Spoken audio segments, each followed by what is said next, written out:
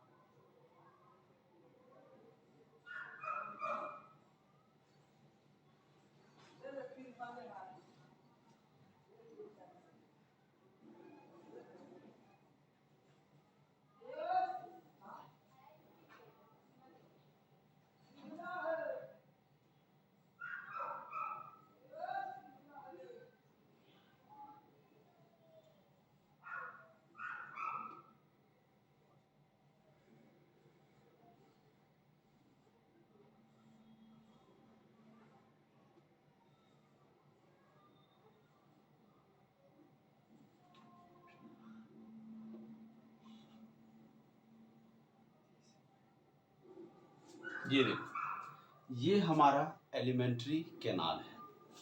ये जो पोर्शन है, इस पोर्शन को बोलते हैं एनस, और ये जो पार्ट है this is called mouth. This is called mouth and this is anus. इस एनस से इस माउथ तक, इस एनस से इस माउथ तक ये एक लंबा ट्यूब आया है। देखिए ऐसे ट्यूब आया है, ऐसे ये कॉइल्ड है, ये कॉइल्ड ट्यूब है, कॉइल्ड ऐसे आया है, ऐसे खुल गया है। तो यहां से लेकर के और यहां तक का जो स्ट्रक्चर है this is called alimentary canal. अब देखते हैं, ये एलिमेंट्री कैनाल मसल का बना हुआ है, इसीलिए मस्कुलर बोलते हैं इसको।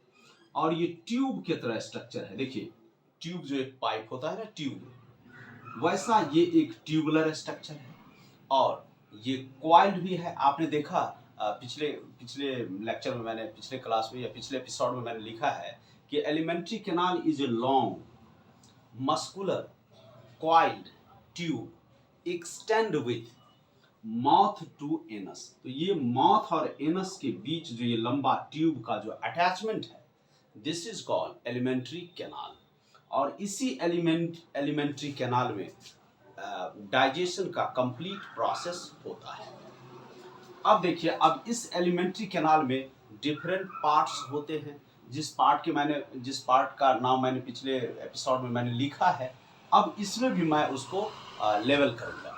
तो देखिए, this is called mouth, and mouth के पीछे जो फैला हुआ स्ट्रक्चर होता है, माउथ के अंदर में जो फैला हुआ स्ट्रक्चर है, इसको बोलते हैं हम लोग कौन सी, इसको बोलते हैं हम लोग बकल कैविटी।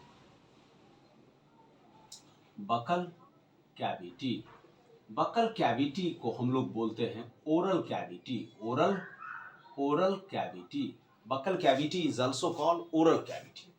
इस ओरल कैविटी में क्या होता है, देखिए ऐसे एक टंग निकला होगा, दिस इज कॉल्ड टंग।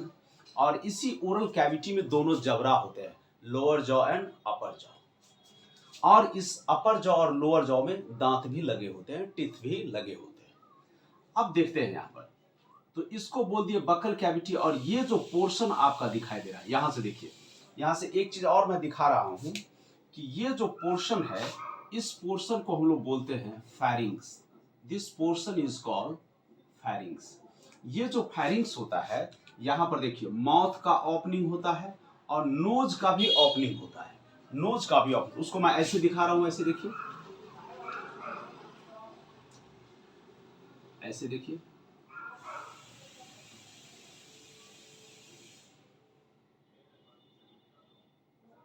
नाक के अंदर दो पोर्स होते हैं, इसलिए एक पोर का ये पाइप है, एक पोर का ये पाइप।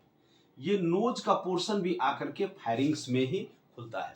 इसके नोज के इस पोर्शन के बारे में जानने के लिए हम लोग को रिस्पिरेटरी सिस्टम में पढ़ना पड़ेगा। अभी फिलहाल हम लोग डाइजेस्टिव सिस्टम पढ़ रहे हैं, तो डाइजेस्टिव सिस्टम के ही ट्रैक को जानना हम लोग को जरूरी है। तो इस पोर्शन को बोलते हैं फैरिंग्स। ये फैरिंग्स क्या होता है, दिस इज द ओपनिंग, और we can also say this is pharynx is the junction of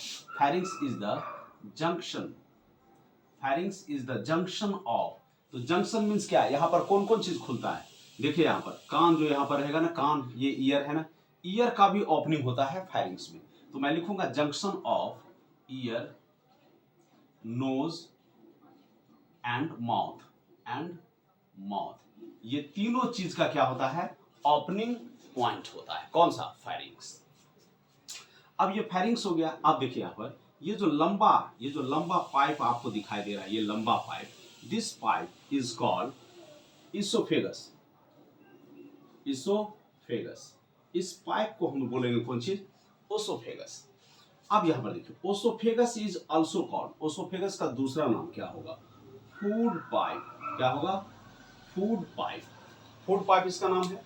इसके बाद देखते हैं, ये जो आप बैग देख रहे हो, ये जो स्पेस देख रहे हो, दिस इज कॉल्ड स्टोमक।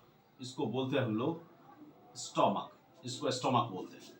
अब गौर कीजिए, स्टोमक जो है नीचे की ओर खुलता है। देखिए इसमें और सारे पार्ट है, जब हम लोग अलग अलग करके इस पार्ट को डिस्क्राइब करेंगे, वहां पर सारे चीज को देखेंगे। फिलहाल हम लोग देखते हैं कि सारे पार्ट्स, एलिमेंट्री कैनाल के सारे पार्ट्स एक दूसरे से जुड़ा हुआ है, और उसको मैं दिखा रहा हूँ।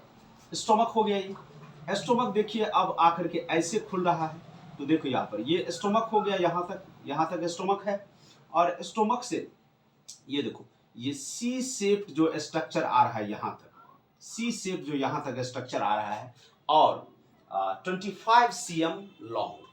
इस पोर्शन को हम लोग बोलेंगे कौन, इस पोर्शन को हम लोग क्या बोलेंगे, इसको बोलेंगे डिओडेनम। इसको बोलेंगे हम लोग डिओडेनम। और ये डिओडेनम का क्या होगा, ये डिओडेनम होगा आपको 25 cm लंबा, 25 cm। ये सी शेप स्ट्रक्चर है। यहाँ के बाद आप 2.5 मीटर, ये डिओडेनम के बाद, यहाँ के बाद 2.5 मीटर जो लंबा स्ट्रक्चर होगा, 2.5 मीटर मान लो, हम यहाँ तक मान लेते हैं, 2.5 मीटर जो लंबा स्ट्रक्चर होगा, इसको बोलेंगे हम जेजुनम। इसको बोलेंगे जेजुनम। और ये जेजुनम कितना होगा, 2.5 मीटर। और जेजुनम के बाद जो ये पूरा लंबा स्ट्रक्चर होगा, कॉइल स्ट्रक्चर है, दिस इज कॉल्ड इलियम। इसको बोलेंगे हम इलियम। और ये आपको 3.5 मीटर लगभग 3.5 मीटर लंबा होगा। इस तरह से ये सारा स्ट्रक्चर क्या हो गया आपका, किसका पार्ट हो गया, ये हो गया स्मॉल इंटेस्टाइन का, ये हो गया स्मॉल इंटेस्टाइन का स्ट्रक्चर हो गया। अब गौर कीजिए, अब बच गया हमारा क्या, लार्ज इंटेस्टाइन। लार्ज इंटेस्टाइन में देखिए, लार्ज इंटेस्टाइन में देखिए, ये जो पोर्शन है इसको बोलते हैं हम लोग कौन चीज, सीकम। इसको बोलते हैं हम लोग सीकम। ये पहला पार्ट हो गया लार्ज इंटेस्टाइन का, सीकम। उसके बाद देखिए यार, सीकम के बाद देखिए यहां से जो ऊपर पोर्शन जा रहा है, ऊपर पोर्शन जा रहा है, ऐसे ऊपर जा रहा है। और इसके बाद देखिए ये इस तरह का आ रहा है पोर्शन, इस तरह का आ रहा है, ऐसे आया। इस तरह से देखिए ये फिर नीचे की ओर आया, ऐसे नीचे की ओर यहां तक आया। फिर ये देखिए इंक्लाइंड हो गया, ऐसे यहां तक आया। तो यहां से लेकर के यहां तक का जो आप पोर्शन देख रहे हो, दिस इज कॉल्ड कोलन। इसको बोलते हैं कोलन। ये देखो ये ऊपर की ओर जा रहा है, तो इसको मैं ऐसे दिखा सकता हूं एरो से। देखो this portion is called what, this portion is called, इसका क्या नाम होगा, ऊपर की ओर जा रहा है, this is called ascending colon. इसको बोलेंगे हम लोग ascending colon, ascending colon.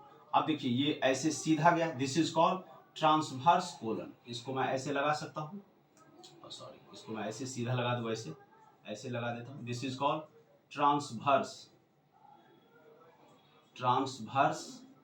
Colon. अब ये नीचे की ओर आ रहा है, तो दिस इज कॉल्ड, जो ऊपर की ओर गया तो असेंडिंग कोलन, नीचे की ओर जो आ रहा है तो उसको बोलेंगे डिसेंडिंग कोलन, डिसेंडिंग कोलन। और यहां से जो ऐसे मुड़ गया, this is called sigmoid colon, sigmoid colon. और ये जो पोर्शन है, दिस इज कॉल्ड रेक्टम। अब गौर कीजिए, ये this is called large intestine. Large intestine में सबसे पहला पार्ट क्या हो गया, सीकम। दूसरा पार्ट हो गया कोलन। और तीसरा पार्ट क्या हो गया आपका, rectum. This is third part. और ये जो पोर्शन था आपका यहां से यहां तक जो पोर्शन था, दिस इज कॉल्ड कोलोन। ये कोलोन जो होता है 1.5 मीटर अप्रॉक्स, 1.5 मीटर लॉन्ग। इसके बारे में देखिए, अब ये जो नीचे थोड़ा सा लटका हुआ है, दिस इज एक्चुअली ये जो पोर्शन है, इसको हम लोग बोलते हैं ना वर्मीफॉर्म अपेंडिक्स। इसका नाम है, इसका नाम मैं ऐसे लिख रहा हूं, यहां पर ऐसे लिख रहा हूं, वर्मीफॉर्म अपेंडिक्स, वर्मीफॉर्म अपेंडिक्स। इस वर्मीफॉर्म अपेंडिक्स के बारे में कहा जाता है कि ये वर्मीफॉर्म अपेंडिक्स हमारा जो एंसिस्टर था, उस एंसिस्टर में ये वर्मीफॉर्म अपेंडिक्स बहुत डेवलप था और बहुत बड़ा था। इसलिए कि उस समय का जो मानव था, वो मानव हर्बीवोर्स था। हर्बीवोर्स का मतलब है कि वो घास पात खाते थे। और घास में क्या होता है, सेलुलोज होता है। सेलुलोज को डाइजेशन करने के लिए हमारे बॉडी में कोई ऐसा एंजाइम नहीं है, ना कोई ऐसा ग्लैंड है जो सेलुलोज को डाइजेशन करने के लिए एंजाइम निकाले। तो सेलुलोज को डाइजेशन करने के लिए स्पेशल बैक्टीरिया होता था। वो बैक्टीरिया इसी वर्मीफॉर्म अपेंडिक्स में पाया जाता था, और वो बैक्टीरिया सेलुलोज को डाइजेशन करता था। तब जो हर्बीवोर्स हमारे पूर्वज थे, वो भोजन को डाइजेस्ट कर पाता था। धीरे धीरे क्या हुआ, इवोल्यूशन हुआ, मॉडिफिकेशन हुआ, और ये जो मानव है वो घास पात खाना बंद कर दिया, और वो पका पकाया भोजन जब खाना शुरू किया, तो इस वर्मीफॉर्म अपेंडिक्स में जो बैक्टीरिया था वो भी डिसअपीयर हो गया, और इसका फंक्शन क्या हो गया, फंक्शन इसका बंद हो गया। बंद होने के कारण ये जो है, ये जो ऑर्गन देख रहे हो, वो धीरे धीरे क्या हो गया, रिड्यूस कर गया, और ये क्या हो गया, फंक्शन लेस हो गया। एक्चुअली आजकल ये क्या है, एक बेकार का ऑर्गन है। जब लोगों को अपेंडिक्स हो जाता है तो इस ऑर्गन को यहां से काट करके हटा दिया जाता है। Is that clear? अच्छा, इसको बोलते हैं वर्मीफॉर्म। ये वर्मीफॉर्म अपेंडिक्स को हम लोग बोलते हैं वेस्टिजियल ऑर्गन। मैं यहाँ पर लिख सकता हूँ इसको, वेस्टिजियल ऑर्गन। ये क्या हो गया, अब वेस्टिजियल ऑर्गन हो गया। चलिए अब देखते हैं, तो ये सारे हो गए आपके कौन सा पार्ट्स हो गए। अब देखो यहाँ पर ये जो हमारा इंटेस्टाइन का, ये लार्ज इंटेस्टाइन का पोर्शन है, लार्ज इंटेस्टाइन का जो पोर्शन है, ये इंटेस्टाइन ऐसे लग रहा है जैसे डिजाइन बना हुआ है। Actually this is not a design, but आप जब इसका डायग्राम बनाओगे तो ऐसा दिखाई देता है। यहाँ पर बहुत सारे फाइबर्स लगे होते हैं जिसके कारण वो स्ट्रक्चर बनाता है, उसको हम आगे डिटेल में आगे पढ़ेंगे। लेकिन एक चीज मैं यहाँ पर बता दूं आपको कि ये देखो, ये लगभग, ये या मैंने लिखा है यहाँ पर 1.5 मीटर, ये लगभग 1.25 मीटर के लगभग होगा। लेकिन इसका लंबाई 1.25 मीटर, और ये स्मॉल इंटेस्टाइन है, इसका लंबाई जोड़िए कितना होगा, ये 6 मीटर के लगभग होगा। 6 मीटर से भी कुछ ज्यादा भी हो सकता है, 6 मीटर। लेकिन ये इतना लंबा है, 6 मीटर है, तो इसको हम लोग बोलते हैं स्मॉल इंटेस्टाइन। लेकिन ये छोटा रहते हुए भी ये लार्ज इंटेस्टाइन कहलाता है। तो what is the reason for this? Reason ये है, देखिए, इस स्मॉल इंटेस्टाइन का डायमीटर, डायमीटर मतलब क्या, ये एक पाइप है, दोनों पाइप है, ये भी पाइप है और ये भी पाइप। एक पाइप क्या है, बहुत पतला होता है, तो स्मॉल इंटेस्टाइन का डायमीटर क्या है, पतला है। और ये जो लार्ज इंटेस्टाइन बहुत चौड़ा है, देख रहे हो, तो ये ज्यादा लूमेन होने के कारण, ज्यादा स्पेस होने के कारण ये लार्ज इंटेस्टाइन कहलाया, और इसमें कम लूमेन होने के कारण ये स्मॉल इंटेस्टाइन कहलाया। Is that clear? अब देखो यहाँ पर, अब मैं एक बात बताऊं आपको, मनुष्य यहाँ पर भोजन को इंटेक करेगा, फूड इंटेक करेगा माउथ होकर के, बकल कैविटी में आएगा, बकल कैविटी में फूड को हम लोग क्या करते हैं, सोलोइंग करते हैं, भोजन को अंदर निकल जाते हैं। निकलने के बाद ये फूड क्या होता है, फेरिंग्स में आता है। फेरिंग्स के बाद ये भोजन आपका क्या होगा, आपको आ जाएगा इसोफेगस में। इसोफेगस के बाद ये कहाँ आएगा, स्टोमक में आएगा। स्टोमक में भोजन का डाइजेशन होगा। इसके बाद ये भोजन कहाँ चला आएगा, डिओडेनम में आएगा। स्मॉल इंटेस्टाइन का पहला पार्ट डिओडेनम, डिओडेनम में आ गया। डिओडेनम के बाद ये भोजन कहाँ आ जाएगा, जेजुनम में आ जाएगा। जेजुनम में आ जाएगा। जेजुनम में डाइजेशन होने के बाद, जेजुनम के बाद ये कहाँ आ जाएगा, इलियम में आ जाएगा। इलियम में आने के बाद ये भोजन कहाँ आएगा, सीकम में आएगा, यानी लार्ज इंटेस्टाइन में आएगा। अब देखिए यहाँ पर डायग्राम में मैं एक चीज और दिखा सकता हूँ। देखिए यहाँ पर ये जो ओसोफेगस है, ये जो ओसोफेगस है, ये जब स्टोमक में खुलता है तो यहाँ पर एक भाल्व होता है। देखिए यहाँ पर एक भाल्व होता है। इस भाल्व का नाम क्या है, सो देखिए, इस भाल्व का नाम होगा यहाँ पर, ये जो भाल्व, एक्चुअली ये भाल्व है। भाल्व का काम क्या होता है, आपने साइकिल भी चलाया होगा ना, तो उसमें भाल्व होता है, हवा डालने वाला भाल्व। देखो, कहता है कि भाल्व कट गया तो हवा बाहर निकल आ रहा। तो ये भाल्व का मतलब क्या है, ये भाल्व यहाँ पर रहता है क्या, एक रेगुलेट करने वाला एक ऑर्गन होता है। भाल्व एक डिवाइस टाइप का होता है यहाँ पर। वो भाल्व जो है एक मसल का बना होता है, जिस मसल का नाम है स्फिंक्टर मसल्स। वो रिजिडिटी भी प्रोवाइड करता है। तो इस भाल्व का काम क्या है कि भोजन जो आप खाते हो, उस भोजन को स्टोमक में आने देगा और इसको वापस रिटर्न नहीं जाने देगा। इस भाल्व का काम है। भाल्व का क्या काम है, साइकिल में जो भाल्व होता है, आप उसमें हवा डालते हो, हवा को अंदर जाने देगा, अंदर से बाहर नहीं निकलने देगा। उसी तरह ये जो भाल्व है, ये भाल्व फूड को स्टोमक में आने देगा और फिर इसको वापस नहीं जाने देगा। ये भाल्व का काम है। तो ये भाल्व कहाँ मौजूद है, देखो ये ओसोफेगस है, तो इसको ओसोफेजियल भाल्व भी बोल सकते हैं। अब गौर कीजिए, इसको हम लोग बोलेंगे ओसोफेजियल भाल्व। ओसोफेजियल भाल्व भी बोलेंगे। चूंकि ये भाल्व स्फिंक्टर मसल का बना होता है। ये भाल्व जो भी हो क्या होता है, स्फिंक्टर मसल का बना होता है। ये एक मसल का टाइप है जो क्या करता है, भाल्व का रेगुलेशन का काम करता है। ओसोफेजियल भाल्व होगा। अब गौर करें, यहाँ पे मैंने इसको ऐसे नीचे धंसा दिया है। देखो यहाँ पर थोड़ा सा धंस गया है। धंसने के कारण, यहाँ जो धंस गया है, तो इस पोर्शन पर आपका हार्ट जुड़ा रहता है। देखो यार, इस पोर्शन पर आपका क्या जुड़ा रहता है, हार्ट जुड़ा रहता है। हार्ट के रहने के कारण, हार्ट के प्रेजेंटेशन के कारण इसका कुछ पोर्शन नीचे की ओर दब जाता है। यहाँ पर देखिए, इसीलिए इस पोर्शन का नाम हो जाता है कार्डियक पार्ट। स्टोमक का कौन सा पार्ट, कार्डियक पार्ट, क्योंकि कार्डियक मीन्स क्या होता है, हार्ट। चलिए, तो ये डायग्राम आपका आ रहा है। इस डायग्राम में मेरे हिसाब से कोई कंफ्यूजन नहीं होना चाहिए। इसमें मैंने सिर्फ एलिमेंट्री कैनाल बनाया है, डाइजेस्टिव ऑर्गन सिर्फ बनाया है, डाइजेस्टिव ग्लैंड नहीं बनाया है। डाइजेस्टिव ग्लैंड के लिए हम अलग से बनाएंगे। तो ये आपका हो गया कौन चीज, आपका एलिमेंट्री कैनाल। अब हम एक एक करके यहां पर बता रहे हैं आपका एलिमेंट्री कैनाल।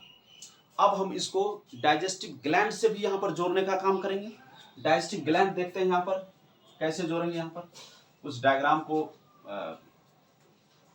इसको मिटा देना होगा।